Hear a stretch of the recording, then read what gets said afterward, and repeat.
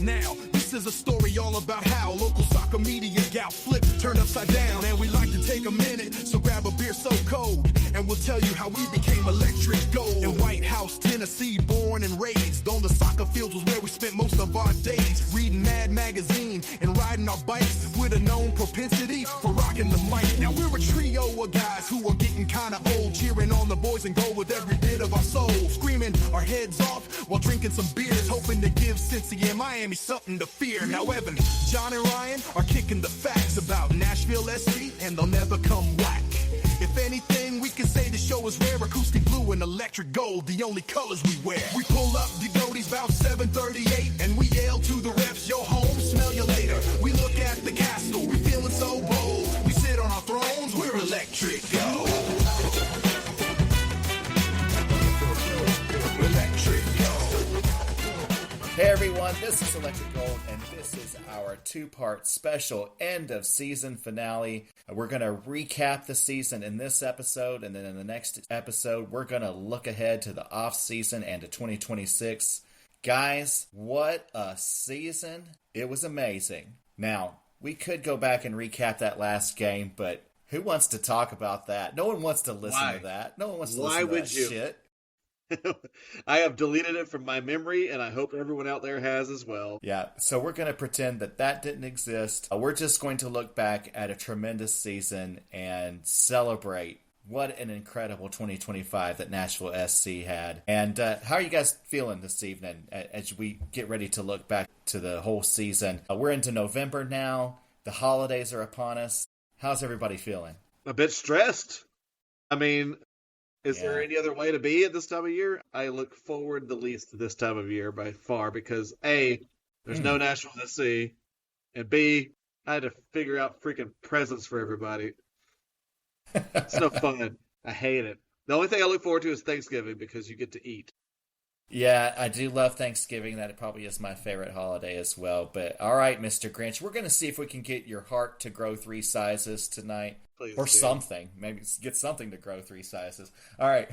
Anyway, Evan, are you doing all right this evening? Yeah, I'm doing good. I've got not quite as much holiday stress, John, and I'll tell you why. It's because I essentially now have teenagers. My son turned 16, a couple of months ago. My daughter turns 13 in about a week and a half, and they get to a point where they really just want gift cards and money, and that's when a dad is at his finest. So, absolutely, yeah, that is dad time. This holiday, hey, that's the gifts that keep giving the whole year round, Evan. Yes, they do.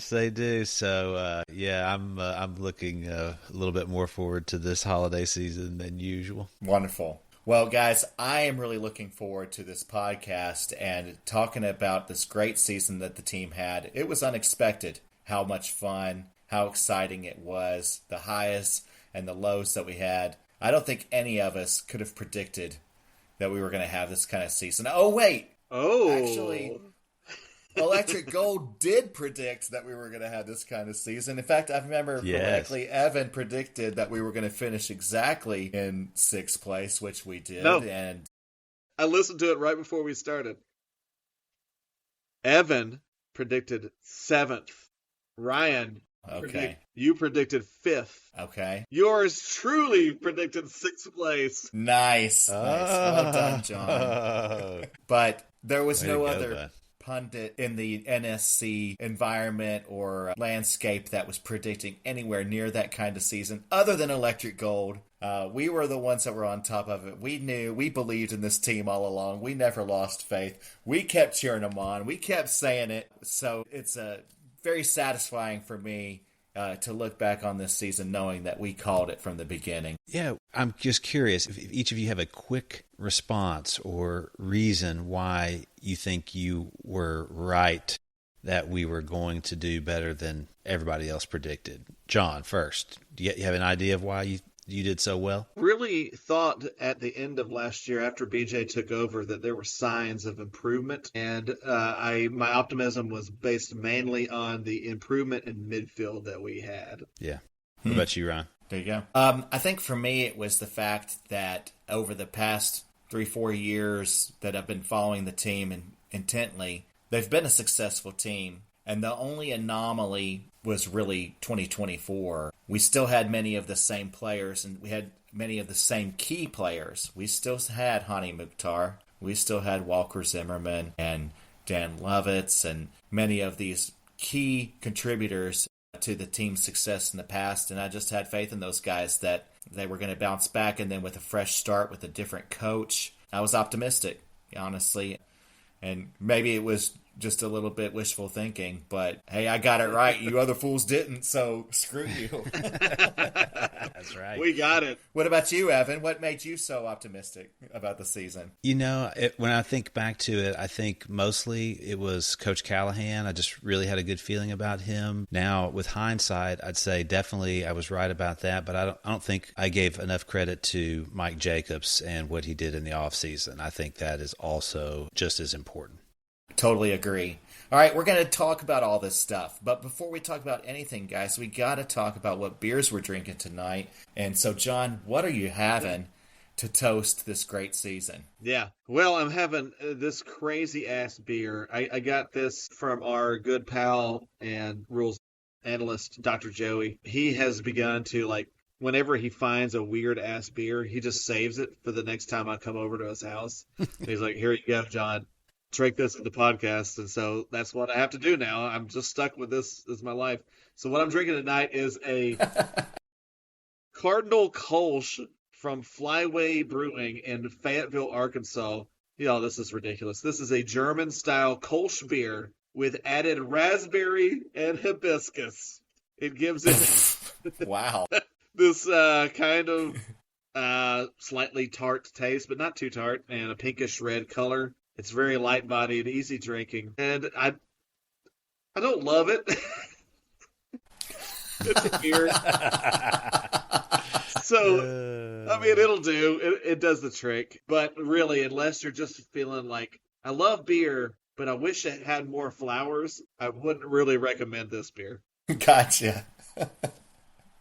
Hey, you can't win them all. What about you, Evan? What are you drinking? Well, boys, tonight I'm having a flannel fest. Of course, that's that Sam Adams fall legend. It's the Dunkel Lager that you introduced us to a few weeks ago, Ryan. So instead of just rehashing that, I'm going to quickly tell you about my favorite flannel shirt of all time. Can I tell you about that? Yes, please. Okay, well, when back in the early 90s, when the grunge movement hit us all like a freight train, and I wanted to be Eddie Vedder, I noticed that my dad had this old flannel shirt hanging up in his closet, and so I pretty much adopted it as my own. And then I thought, well, I wonder what else he might have. So I started going through all his like old clothes that were in chests of drawers or whatever, and I found a pair of bell-bottom brown corduroy pants. And so for about a year, I pretty much only wore my Stone Temple Pilots t-shirt, my dad's green flannel over top of that, and also his bell-bottom brown corduroy pants. The early 90s, boys. Dude. Beautiful. Is it wrong that I think that sounds amazing? Like, that sounds so cool. I don't know. Like, I would wear that right now if it was... Yeah, I totally would. I'd give anything to have that outfit. I wouldn't be able to fit into it, but... Yeah, honestly, same. I would say that I kind of remember that year, but I don't. It was the early 90s, man. Yeah, it was a long time ago. It was a long time ago. Yeah. Well, it's super cool. That's a great choice of beer as well. And guys, I am drinking a classic from our friends at Southern Grist. It's not blue and it's not green. It's teal. Teal! Yeah, this is the Teal Hazy IPA. And in addition to being a tribute to our favorite backup forward, Teal Bunbury, who may have played his last game with NSC, we'll see. You didn't hear? You guys didn't hear it? We signed him to a 10-year contract today. Great. That's what I was hoping would happen. In addition to being a tribute to Teal Bunbury, this beer is special for us at Electric Gold because we are all members of the supporters group, The Assembly, which is one of the founding supporters groups for NSC. And every tailgate at every home game on the weekends, they set up a tent, and Southern Grist helps to sponsor the Assembly's tailgating efforts, and they always provide a couple of selections from Southern Grist for free to the members. Of course, we, make donations and stuff to help cover some of the costs, but the teal IPA is certainly commonly one of the go-to options that they have available for us. I just mentally associate drinking a Southern Grist teal with going to NSC games, especially like a nice late afternoon, good weather, walking up to the stadium with my red Solo cup, and it tastes like soccer, guys. It just tastes like winning to me. Oh, I love it. I was gonna say that I already miss Children's Park. I already miss these games. It's like 2 weeks. I know. I can't deal with it. It's going to be a long, cold winter. What are we going to do? Well, we'll have to live off the memories for now. But, guys, cheers to this podcast and to a terrific 2025 season. Cheers, boys. Cheers, boys. Hey, what do you say we do a season in review?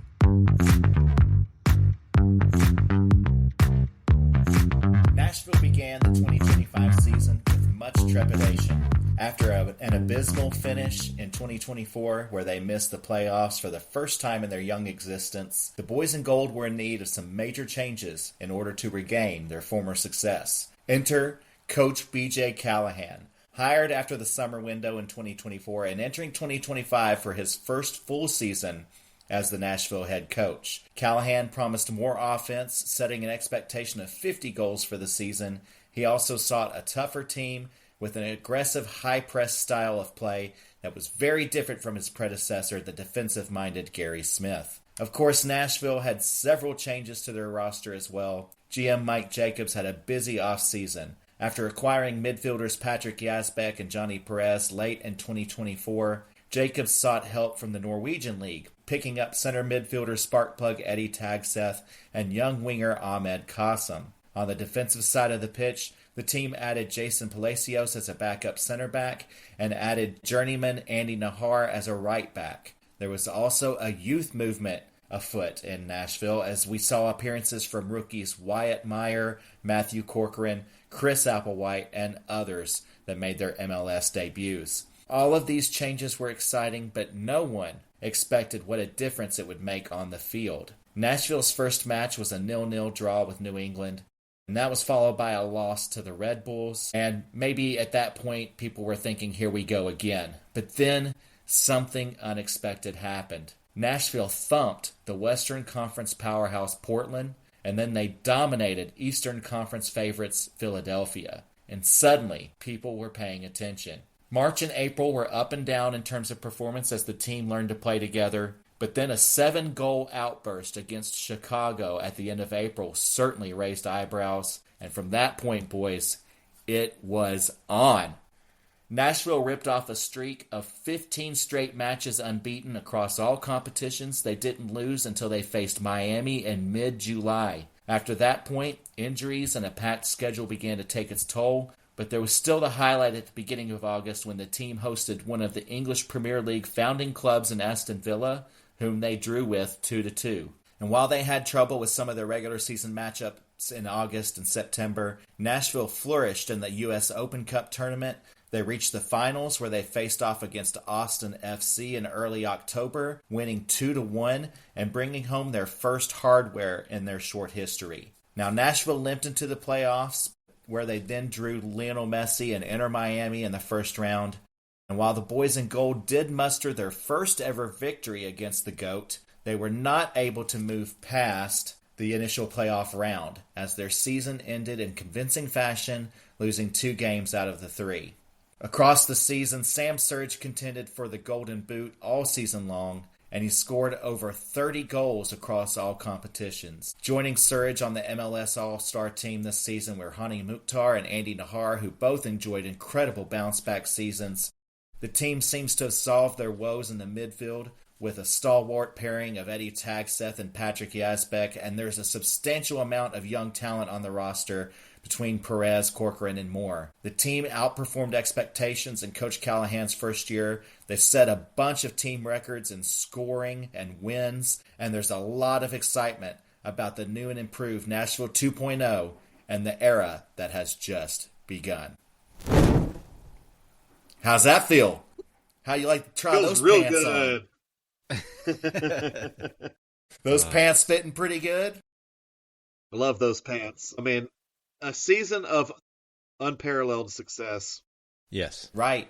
Most wins, most home wins, most goals, first ever trophy. What a season. Hey, how happy were you guys when they unveiled that banner at Geodis? Oh, Amazing. that gave me chills, buddy. It It did. gave me chills. I was absolutely on cloud nine. What I really love about that is there's a whole lot of space for a whole lot more of them. Yes. That's right. Yes, indeed. I've got a lot of ambition to fill that whole rafter up with a bunch of championships. It was a fun season, too.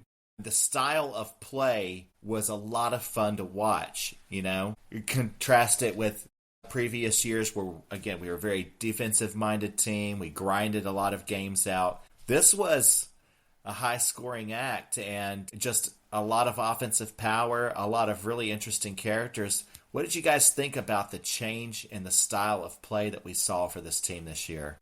Gosh, I loved it so much. I had grown so sick of the golden horseshoe. I just couldn't take it anymore. You know, it would just go around and around, back and forth until somebody just got so bored that they would just cross the ball into, you know, whoever. And I was so sick of that. So to see us come out with a high press, best defense is a good offense type of a thing, win those turnovers quickly, turn them into chances immediately. It was so exciting and such a breath of fresh air. Absolutely. I mean, as a soccer fan, really ideally always want your team to play exciting attacking soccer. It doesn't always happen at this level. I mean, we kind of grew used to playing a defensive way, but man, it was really getting tough to watch. And when we started not winning even with it, it became unbearable. And so we had to reach out to someone that was going to install a entirely different philosophy. And BG Callahan ended up being that guy. And I could not be happier with it. I mean, I loved being at games this year at Geodis Park, man. That crowd is ready to be won over, and the team won them over, you know, because they played exciting style of soccer. We tried like 1-2s in the box. Like Evan said, we were not just banging crosses in left and right. Oh, my God, just hoping for one header. That was so miserable to watch. It was effective. And so predictable.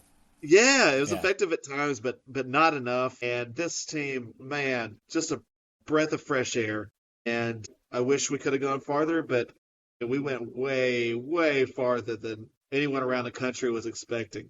We talked about our predictions. Man, there were a lot of people that were picking us like wooden spoon level, like last overall in MLS. Like really, really down there. We showed them. We showed those motherfuckers. We grabbed that wooden spoon and whooped their ass with it. Put it where the sun don't shine. Well, there were so many great moments over the season that we can be really proud of and excited about, and I would love to hear some of the things that you guys love the best about the 2025 Nashville SC season. So let's do it. It's a season worth of all hell yeah! Evan, we will start with you. What's your oh hell yeah moment for the 2025 season? Oh my gosh, it was clearly that long unbeaten streak that you referenced earlier. Guys, it started, like you said, on April the 26th with that 7-2 thrashing of Chicago and lasted all the way through July the 12th when we lost just 2-1 to Miami. Guys, I did the math. Actually, ChatGPT did the math. But anyway, that's 77 days. Guys, we went 77 days without losing a match. And, you know, that month of May particularly was chock full. It was like 2 games a week. Yeah. All month long. It was so fun. It was so unexpected. That's really when, you know, Super Sam started heating up with the Golden Boot discussion. A lot of those games were at home. It was just so fun. that was definitely one of the top 5, maybe top 3 experiences I've had as an NSC fan so far. Wow. Oh, hell yeah, boys. You went on a heater for 77 days, and I was having the time of my life. Hell yeah. Hell yeah. That was an incredible several weeks, couple of months. I mean, we were riding high for sure. It was a lot of fun. The summer, it was the summer of love, boys. It was the summer of love. John, what's your all hell yeah for 2025?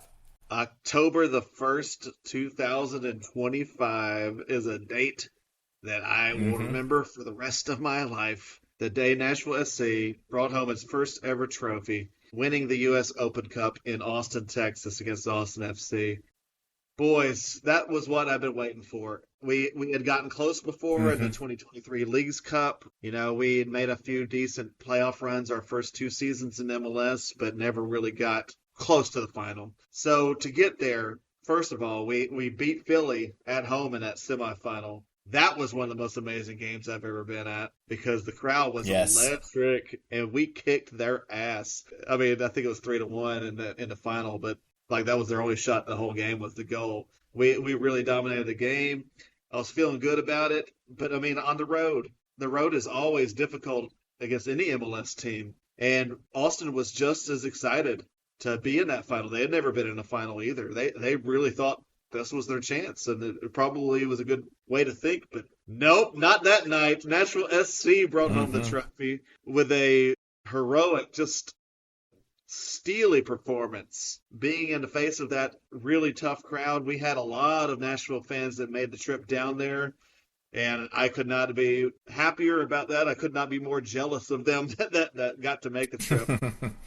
I wish I could have been there, but man, what a performance just from the fans and especially the players. And it was so amazing to see all the players lift the trophy, to see Hani Mukhtar's emotions, to see even Taylor Washington, who didn't get a chance to play but about 30 minutes this entire season, to finally lift that trophy. Man, chills down the spine, and I'm still feeling them as I'm talking about it right now. So, oh, hell yeah, boys. Our trophy case has started to collect, and hopefully we're just going to get more and more from here. Hell yeah. U.S. Open Cup champions, Nashville SC. We can claim that. That will be forever the case, and no one can take it away from us. So, yeah, well done to the team for that one. And you both picked the correct moments of this season, but I want to do an honorable mention to that Miami game a couple of weeks ago, November 1st in Geodis Park. It's bittersweet because what the eventual outcome of that playoff series was, but let me tell you what, being present there and being there with you two guys and listening to that crowd and being a part of that crowd and watching the team throw the whole kitchen sink at the greatest player of all time. Let's not forget, this is the greatest person to ever play the game of soccer, and the game of soccer has been around for a long, long time, and we threw everything at him and we beat him in a playoff game with a lot of stakes, with the home crowd behind him. It's probably the greatest live sport event that I've ever been present for. Yeah, just in terms of the excitement and the feeling that I had, the emotion that I had with it. Again, I wish it could have resulted in an eventual win in the playoffs, but for that one night, guys, Nashville was top of the soccer world. Yeah, it was fantastic. It was a fantastic moment. So, honorable mention to that as well. Definitely. All right, so not everything was great this season. We had our highs, but we also had our lows. And so, in typical Electric Gold fashion, we are fair and balanced here. And so, I wanted to give you guys both an opportunity to share with everybody what maybe was your least favorite part of the season. It's time, of course, for hell no. So, John, we'll go back to you for this one. What's your all hell no for 2025? Fucking Lionel Messi. Yeah. Okay. He scored 8 goals in 22 days against us. Fuck that guy. Man, anyone else in the whole world, and I really think that we're alive right now in the playoffs, and we're previewing our conference semifinal coming up. And man, it is really hard to beat that guy. And For whatever reason, he really has it out against us. And I'm so sick of him. I am so tired of talking about Miami, thinking about Miami, playing Miami. I wish they would fall into the ocean. And I don't know, maybe in 10 years, that whole city might, but Probably will, yeah. right now it's still there. We got to deal with them. So, oh hell no, I'm sick of playing in the same league as this guy, and I can only hope that he goes on loan to Barcelona this winter and just decides to stay there and fuck off and don't ever come back, man. Because otherwise, I really think we would have had a chance. I think we could have beaten anyone else in this league on any given day. I really actually think LAFC is a really good team, especially since they got Sun Hung Man. And that they're my favorites to actually win the title. But I don't really care. I don't give a fuck.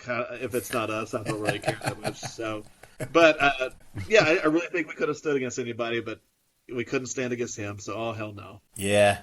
I'm guessing the reason why he has it out for Nashville so bad is because he listened to our diss tracks after the podcast. Definitely. We might have made them on. Yeah, we might have poked the bear there. Sorry. Yeah.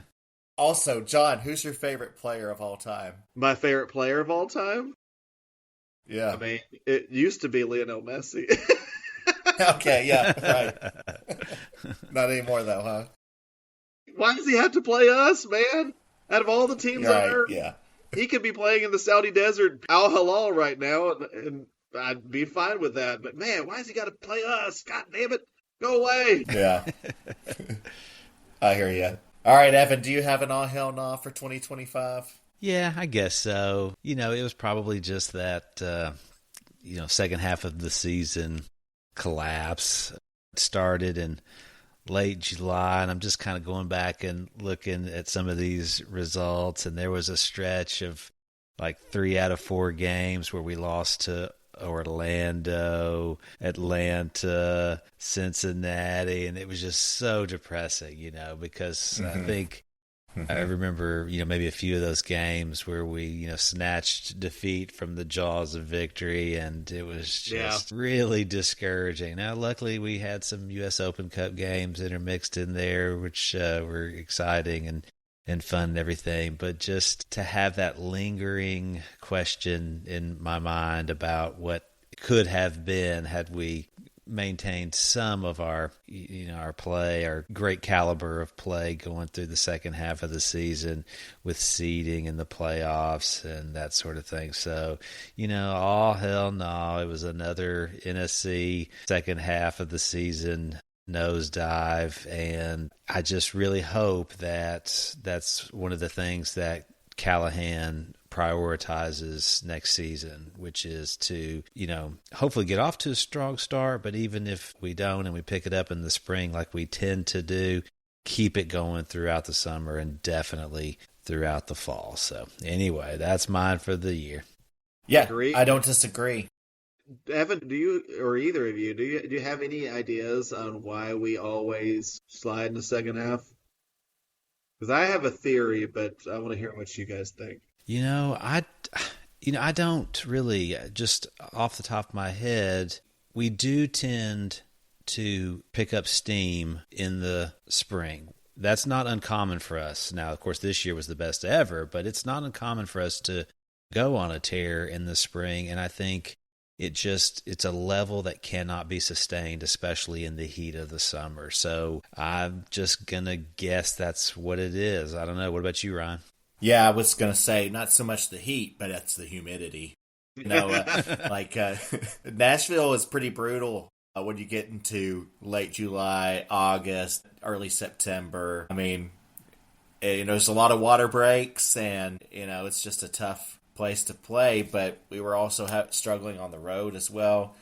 We didn't have the depth that we needed to be able to get through those months. And as you said, and we'll talk more about what we think the team should do in the offseason in part 2 of this season review and preview of next week. But to what you're saying, I think that it's important that we look at how can we expand the depth of our bench so that we have injuries and are inevitable throughout the year, and we you have tired players and that sort of thing, we burn them out, that in the heat of the summer, we can call the bench and not miss a beat in terms of the quality of play. So I think we struggled a little bit with that. We saw some pretty interesting rotations and lineups through that part of the season.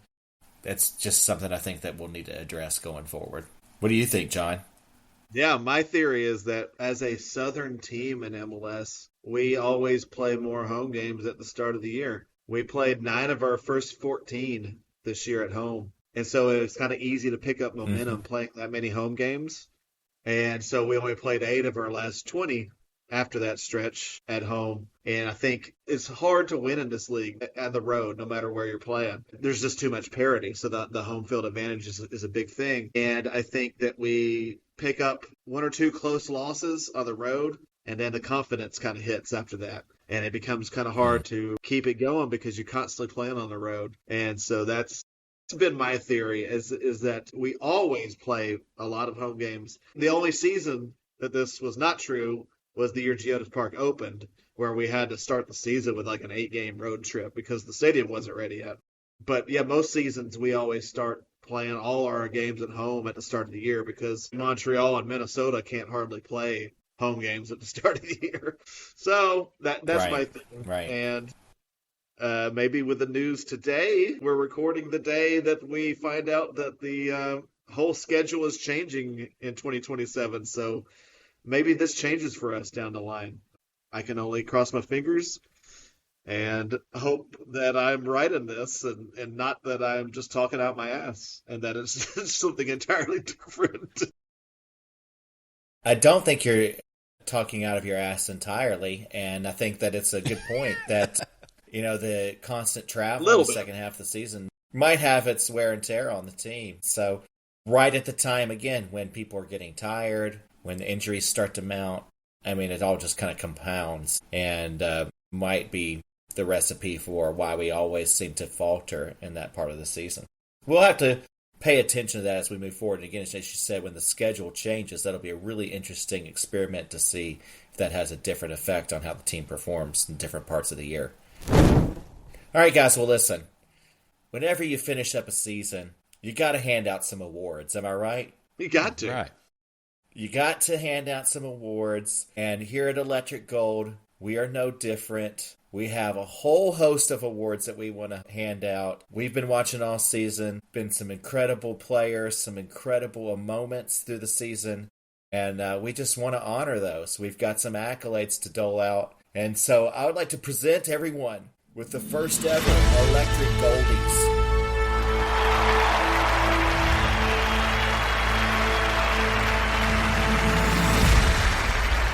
All right, so we've got some interesting categories for the Electric Goldies, and I'm going to just start here. Most fun to have a beer with. Any votes? Any picks for most fun to have a beer with?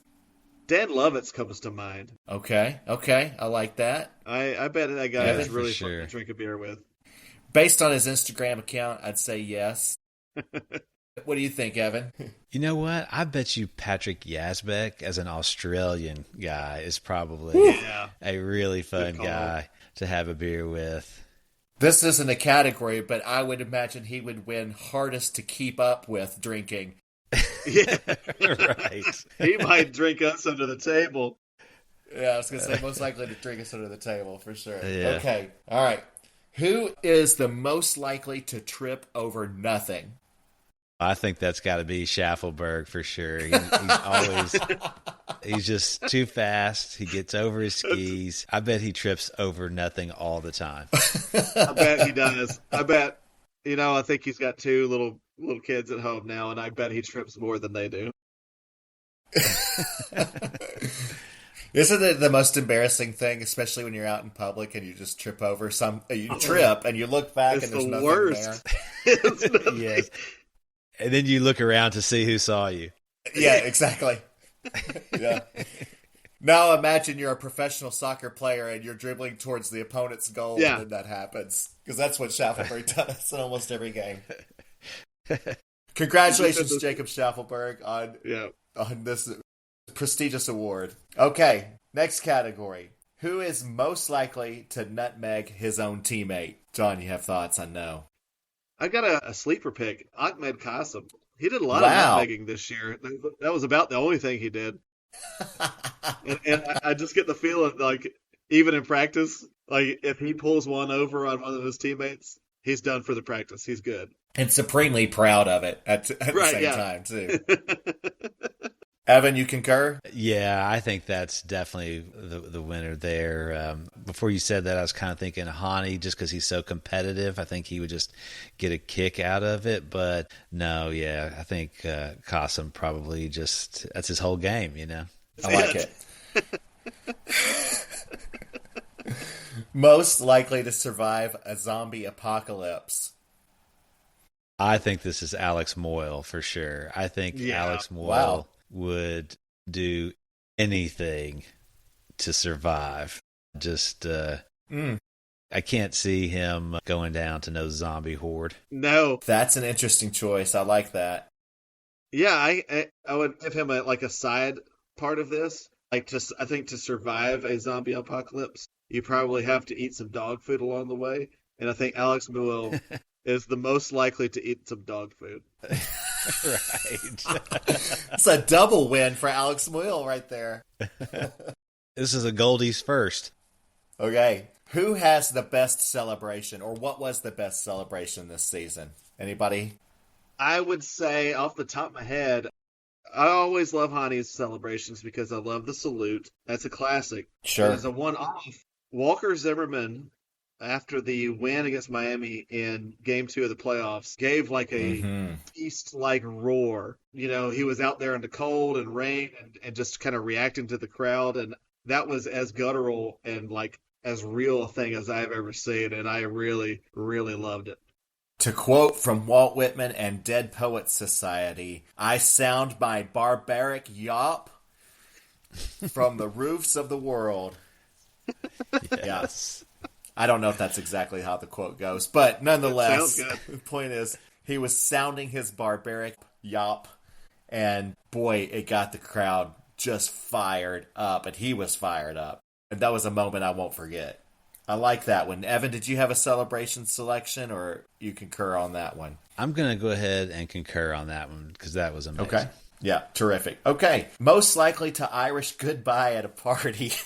I love this.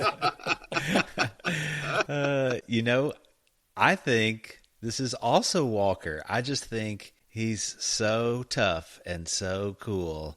I just don't see him having any problem whatsoever at just looking around and being like, I'm done here, and just walking straight out the door. Getting a bounce. That's a great choice, though. In my head, I just more envision Joe Willis doing that than anybody. Be like, Oh, good call. Yeah, like definitely. I'm older, I'm a dad, and like I ain't hanging. I got out for shit to all do. this. I'm just gonna leave. Yeah, right. I gotta go to bed.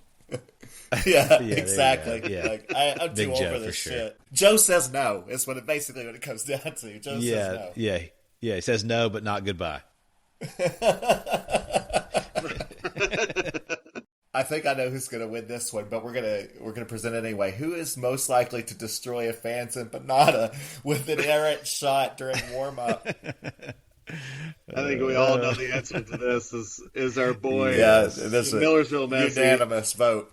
Alex Moyle. Alex For Moyle sure. is racking up the Goldies this year. He's not the most accurate shooter, but I mean, No. God, I love that guy. I have experienced this personally, back when I was sitting over in that section. I think we've told this story on the pod before, but it might have been last season. So for our new listeners, there was a long stretch of time where the captain and I would get our empanadas and sit down to eat them, and we'd have to kind of keep an eye out for each other. One person takes a bite of their empanada, the other person watches to make sure Moyle doesn't blast them right in the face with the ball. Once again, congratulations, Alex Moyle. You're doing a great job here. Yes. You're really racking up the Goldies, the Electric Goldies. Okay, most likely to suggest shots at a bar. Who's the guy that's going to be like, shots? and tequila or Jaeger or whatever. Who's going to do it? Okay, I think this is Dan Lovitz because Dan Lovitz has this mischievous streak about him, right? And you know he wants to see what happens to all the other guys once they start taking shots. Yeah. And what's going to happen is he's not actually going to drink the shot himself. He's he's like throwing it over his shoulder or whatever, but he's absolutely getting everybody else shit-faced. Yeah. Exactly. Okay, all right, we're going to keep going here. Most likely to bite an opponent. I know who I'm voting for on this one, for sure. I think it's got to be Eddie Texan. Eddie Texan, it's got to be. It's got to be. I mean, I think he would bite somebody and smile about it. Like, he was going to do that. I think he's just waiting for the right moment. I totally agree. I would love for it to be, obviously, against Suarez, but we'll just see. It's got to be the right moment, and Eddie will know the right moment. That's right. That's right. No, he's, without a doubt, hands down the guy to bite an opponent. Okay, most likely to run a marathon on accident. Probably Eddie too, huh? I was going to say double win. Eddie Texan. That probably is. Just stay right here on stage, Eddie. We got another award for you. I think most games he was running 6 to 7 miles a piece. It was especially during the spring and during that run of wins. He was everywhere. I thought he had mastered the art of teleportation because he would be on one side of the field, and then all of a sudden he was over here on the other side of the field. I couldn't figure out what position he played because he was all over the place. He's playing all them the all. Time. Yeah, he was just playing them all. Okay, best throw-in. I love this one. This is a nice, wholesome category. Who has the best throw-in? Yeah, I think we got to give this one to 24-hour Bauer, don't we? I mean, I agree. Yeah. Yes. He grabs the ball, maybe a towel if it's nearby, gets it all ready, and then just hurls that thing into the box. Yeah.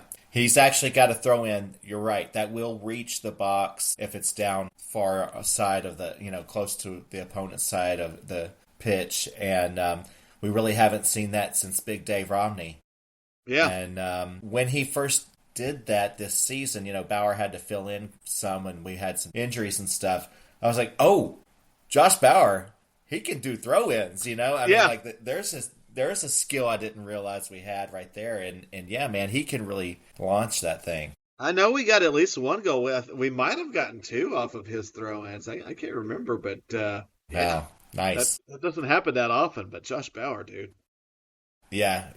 He had a terrific season, a terrific postseason, and he was the hero of that damn game against Miami. And, I mean, I think he was like maybe the 4th leading scorer on the team, which is crazy because he only played like 25% of the games. So it's pretty wild. All right, we're in Nashville, downtown. There's a lot of honky-tonks and bars that are sponsored by celebrities, owned by celebrities, branded as celebrity bars. Who is most likely to start a rooftop restaurant? I'm going to go with someone you probably didn't think of. It's just for the rhyming. Andy Nahar's Bar. Andy's got that crazy haircut, and something tells me he's got like a party side to him. And I think he might be feeling a rooftop bar. Nahar's Rooftop Bar. I like it. Yeah. Okay. I like it a lot. It's got a nice ring to it. Just flows off the tongue. Okay, we're looking for that. We'll make reservations as soon as it gets open. Who is most likely to cuss during a press conference? I think I know the answer, but what do you guys think? Oh, man. Yazbek again. I'll go with Yazbek. I was going to say Yazbek. Right, that was exactly who I was thinking. And you can't watch his mouth. We know he's got impulse control. Yeah, right. Oh, gosh. I think the most likely to curse in Spanish in a interview would be Jason Palacios. Don't you think he could really? That's a good call. Yeah, I bet he looks like a grade A, like experienced cusser.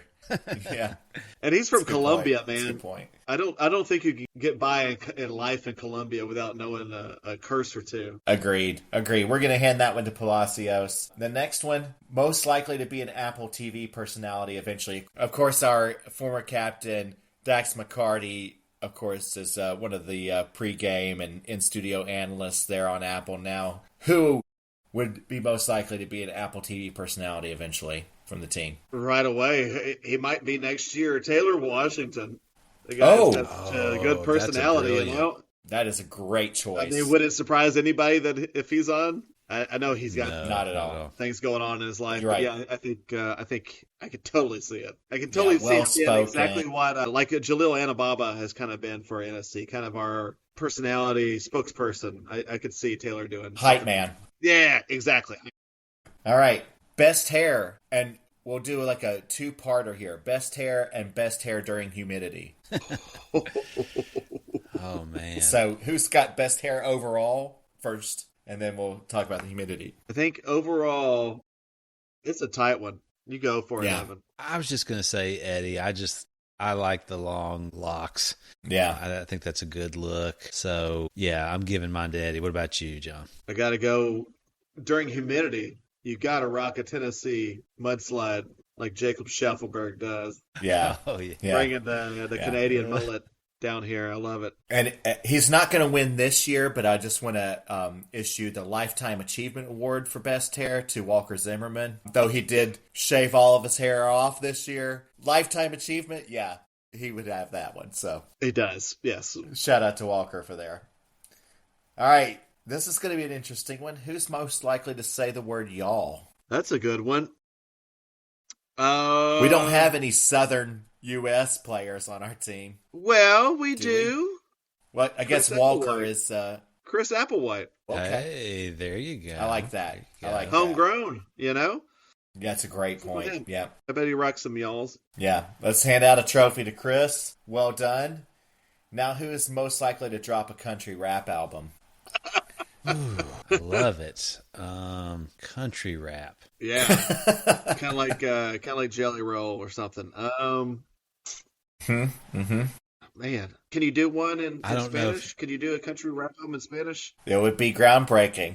I'd go with Johnny Perez. Johnny Perez is that young guy, and he's really cool. He's on the social media all the time. I bet he's got an amazing country rap album in him. I like that. You know, I don't think he's the most likely to, but you know who I would most want to see drop a surprise country rap album? The Milkman, Jack Mayer. Can you imagine the Milkman dropping a country rap album? That'd be hilarious. The squeakiest, cleanest raps you have ever heard. Yeah, for sure. Okay, who is most likely to start a TikTok trend? Oh, man. This is tough. Maybe Matt Corcoran, just because he's so young. There you go. He's a young guy. He could work the TikTok. Maybe if we start a TikTok next year, maybe he'll run it for us. There you go. All right. And then who is most likely to slide tackle a mascot? I think that's Palacios. I don't think being a mascot would stop him. No. I think when he's in the mode to slide tackle somebody, he's going to slide tackle no matter who it is. Yeah. Yeah, I'm down with that. I can agree with that. All right. Evan, any thoughts? Are you good on that one, Palacios? Yeah, no, I got no problem with that at all. Okay. All right. So those were some fun ones. Let's get serious for a moment. These are the real Electric Goldies right here. Best defender. Okay. So these are the real Goldies. So ground rules first. Are we each giving, or is it a consensus thing? You guys gotta make your vote and debate it, and we've got to come to some consensus. I think we got to try anyway. Consensus, okay. Yeah. So either that or we offer a joint award. Yeah, right. So John, you said Nahar, best defender. Andy Nahar, I think he should have been in contention for MLS Defender of the Year. Okay. Well, as soon as Ryan asked the question, I was thinking Palacios because he had so many great defensive performances, but you're right. If you talk about the overall contribution of the defender and Nahar's offensive contribution, then I can see how you would say so. So how are we going to make this decision? Fight to the death. Ryan, are you the deciding vote here? I guess so. I mean, I think that it is Nahar. I think that we have some great defenders on the team. I think Lovitz had a great year, especially in the early part of the season. I think Palacios was a revelation, but Nahar made the biggest difference to the team's success. So, I mean, that would be my vote for that. Okay? Okay. And he was an all-star, you know? Okay. Best midfielder. This is a tougher question. It is a tougher one, but I tell you, it was kind of a slow burn through the season for me. But by the end of the season, I found myself just marveling at Patrick Yazbek's game. And I'm not sure if that's more just me being kind of late to catch it, or if that was something that developed in him as he gained confidence and became more of a leader on the team. But I just found myself watching him play and, again, just marveling at the effort that he put in, defensive prowess, again, as the season went on, the offensive contribution as well, being an actually really effective pivot in midfield. And so that's my nominee. John? I gotta agree. I really think Yazbek won me over by the end of the year. He did everything you could ask of him, and I do think he got really more involved in the attack as the year went on. Gosh, that game against Miami, he was incredible in that game. He had like 3 or 4 runs through the whole defense. So I'd like to see more of that coming forward. I can't wait to see him in the World Cup. Yeah, absolutely. Because I think we have like 4 or 5 players potentially playing in the World Cup. It's going to be pretty exciting to see all these NFC players. But he's the most likely, probably. There. Yeah. Okay, best offensive player. That's Batman and Batman. That's not Batman and Robin. That's Batman and Batman. Right. It's dual Batman. Yeah. I'll give it to Sam Surridge just because. Yeah. This is his breakout season, you know. I think even we at the start of the year were doubting. I think I remember saying at some point that we had a designated player problem very early on in the season. That he wasn't living up to billing. He shoved it in my face, and he had a fantastic season, 30 goals overall. So you can't top that. I'll give it to Sam. Evan? Yeah, I started out the season a little disappointed and a little down on Super Sam. I seem to remember complaining a lot about how far he was coming back into the defensive side of the pitch, looking for the ball. But now that we've got hindsight's 2020 and we see that it took us a little while to gel and to get really good at playing a good high pressing style where we were putting so much pressure on those teams and dominating possession a lot of times where he just didn't have to. He could be up there and be a target man. So, yeah, I think looking back, I think I was a little too harsh on that, and he probably didn't have much of a choice. He was just desperate to get a touch on the ball, and he had to play a little defense at the same time. So I got no problem giving best offensive player to Super Sam. Yeah, I agree there. It was, again, a season that just a revelation. Sam broke out, scored so many goals, and so many times he was the hero of the team. So you got to give credit where it's due. Best sub. Oh, because we had some pretty good ones, didn't we? Yeah. Oh, man. Man, that's hard. I knew I was going to stump you guys with this one.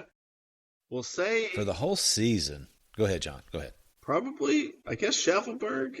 I think just because he's more effective as a sub than as a starter to me. But, I mean, that's a push. I mean, well, okay, I've decided that's not the right answer. Okay. No, the right answer is Josh Bauer, just because if you consider him a sub, I don't even think of him as a sub. That's what it is. Like, I think of him as just you plug him in and he's a starter when he plays. Right. So, yeah, Josh Bauer. Sorry. That's probably the reason why you would vote him that is because you can't even imagine him as a sub.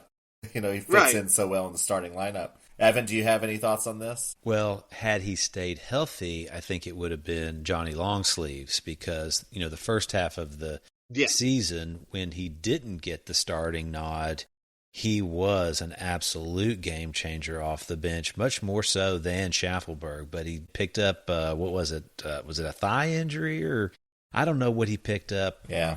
Somewhere halfway through the season or whatever, but we barely saw him after that, and so that was tough. He was a revelation the first half of the season, so it would have been him otherwise. So no, it's got to be Josh Bauer. Josh Bauer was incredible, whether that was off the bench or as a last-minute type of a sub for somebody who couldn't go. Yeah, I agree. Bauer's the guy. I agree with your sentiment too, Evan, that Perez had this award locked up until his injury, and you can almost track our faltering down the stretch with when he got injured as well. That may not be a coincidence. All right, another category, Rookie of the Year. Define it. How are we defining rookie here? It's their first season. First season to play professional soccer. Yeah. First season in MLS, yeah. Or as a professional soccer player, sure. Oh, I'll go with Matt Corcoran. He did play in the USL before, but making the that doesn't count. Come on. Don't diss Birmingham Legion FC. Come on. Making the leap, it is a leap. It is a leap from USL to MLS, and he looked at home playing with us. He had one bad play the whole year, and let's not even think about it. So, he did a great job. He established himself with the U.S. Under-20 World Cup team. Can't ask for more from a 19-year-old, really. Yeah. What do you think, Evan? Yeah, he's got this one locked up. I'll go as far as to say that thinking ahead to 26, he might be the player that I am most excited to see. Yeah.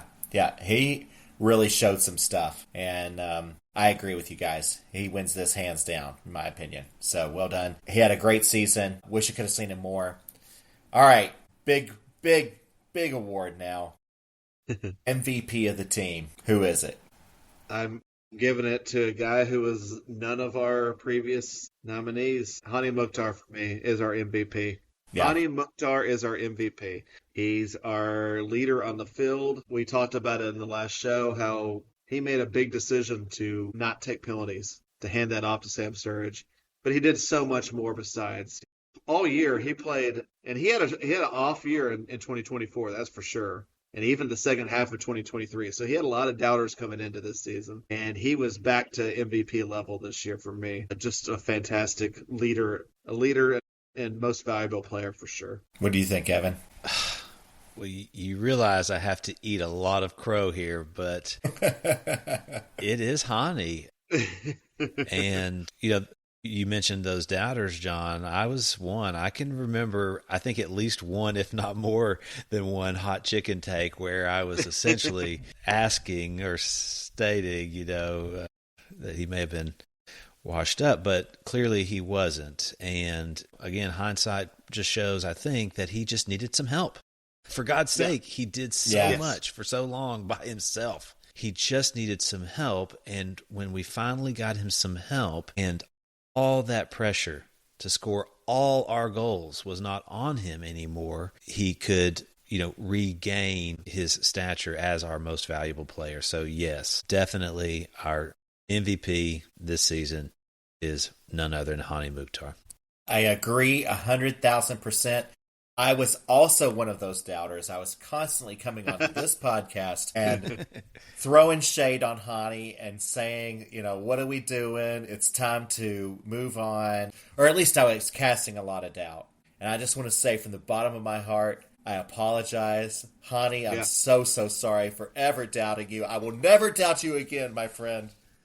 You are truly the MVP of Nashville SC, the greatest player that we've ever had. And I hope they build a statue out front of you one day, out front of GM's Park. So, gotta do it. MVP, salute to our fearless leader, Hani Mukhtar, and our MVP of the 2025 season. And our future U.S. men's national team player. Oh, yeah, I can't wait. Put it out there, it's man. Exciting. Yeah.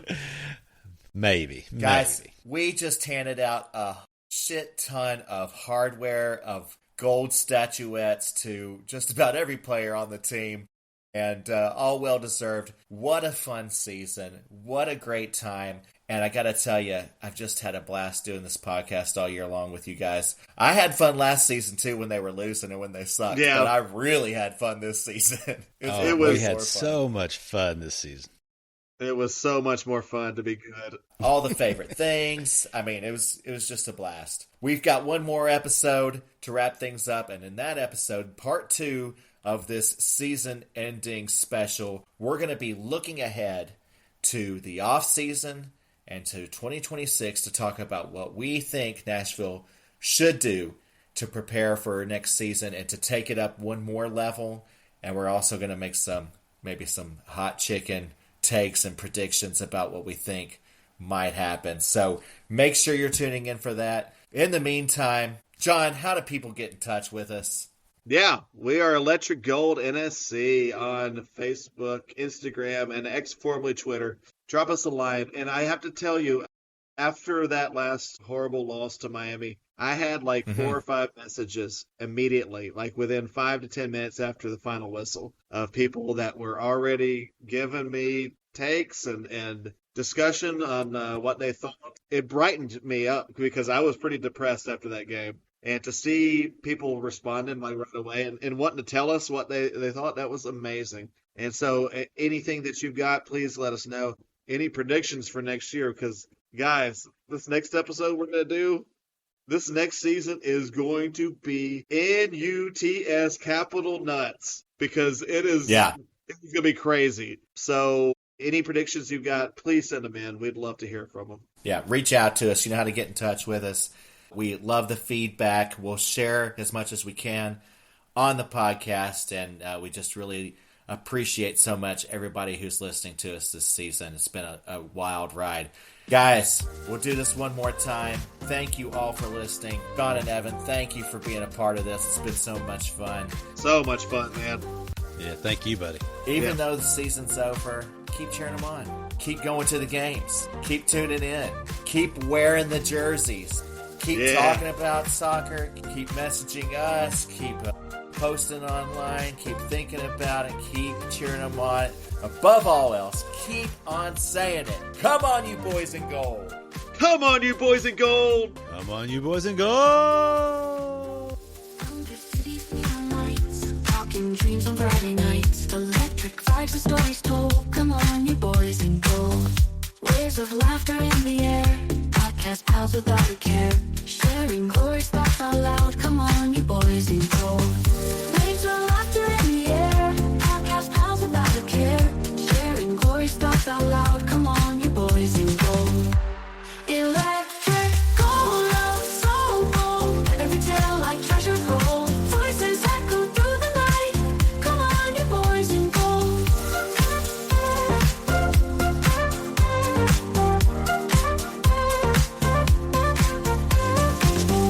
From the highs and through the lows, shining bright where passion grows. And their words were never old. Come on, you boys in gold.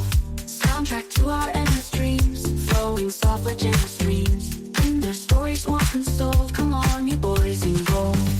In each beat, in every word, inspiration's always heard. Moments cherished, tales retold. Come on, you boys in gold.